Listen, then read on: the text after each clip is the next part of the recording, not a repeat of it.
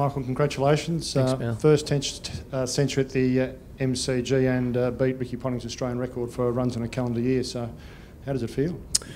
It's nice to get that monkey off my back, that's for sure. Get my first 100 here. I've always loved playing cricket. The MCG, it's a beautiful ground.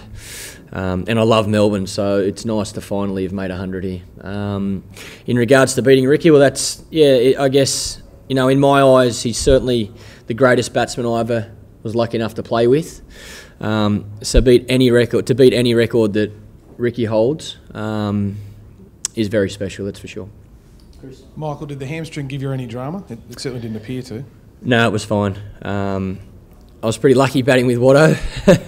We're both pretty slow out there, but yeah, look, it's fine.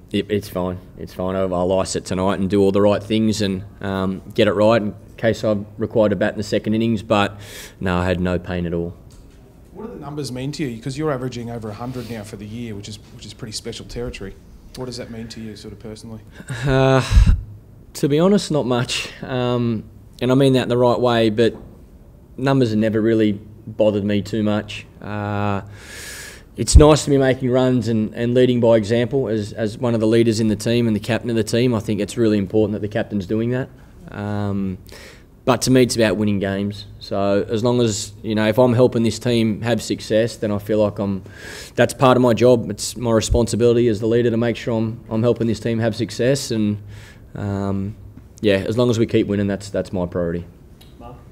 With regards to those numbers, what's your mindset? Is it just to cash in while you're in this rich vein of form? It's just about playing. I guess there's plenty of times through your career where you don't make as many runs as you would like.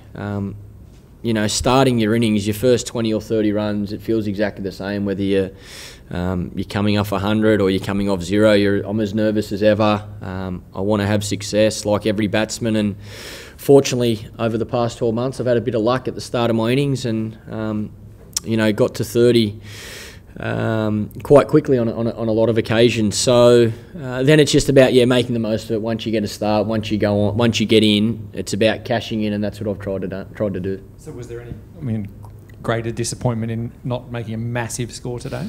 Oh, no doubt I was disappointed when I got out. I thought it was a poor shot, especially at that time. We'd just seen off the second new ball, so it was probably the best time to bat. And again, it shows, for the next couple of guys, we lost a couple of wickets there, 3 wickets quite quickly together.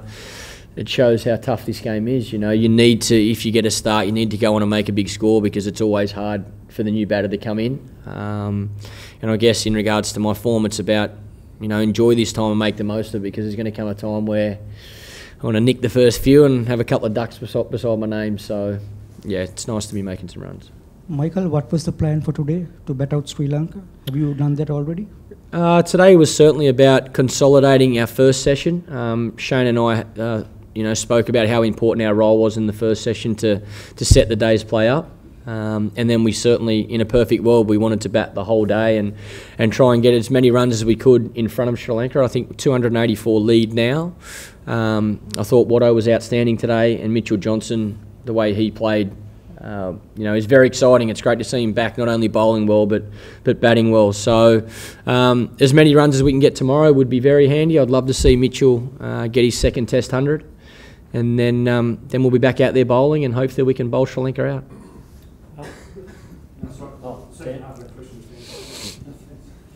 Couple of things. First of all, is in terms of Shane, I know he didn't get 100, but was it significant for him, in your eyes, for him to bat a considerable period of time in a Test match? He hadn't done that for a while. And secondly, do you think you're seeing some development in the team's batting, that you're getting a reasonably even spread of scores these last couple of Test matches? I think it's very exciting the way Watto played. He showed a lot of discipline, I guess, in his shot selection, and even the ball he got out on. As his captain, I'm not disappointed with his shot selection because he pulls and hooks as good as anybody in our team. So it's a shot that he generally plays really well, and 9 times out of 10 that'll go for 4 or 6. It's just unfortunate for him today. It went straight to the fielder. I think we have done throughout the summer. We've seen everybody in our top 7 make runs. I think it's it's, you know, as a batsman you would love to make runs every time you walk out onto the park, but that just doesn't happen in this game. So it's about, again, once you get in, trying to cash in. I think generally our top 7 this summer has been, you know, as a group we've been pretty consistent.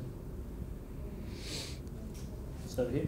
What do you think with Mitchell Johnston with his form? I think sometimes his confidence breeds confidence for him. He does a good effort with the ball when he's a bit more confident with the bat, and vice versa. Yeah, no doubt. I think it helps. I think it helps all of us. For me, I know as a slips fielder, I'm catching well. I'm normally watching the ball closely, which generally helps my batting. That's why for me, you know, fielding training is just as important as my batting training.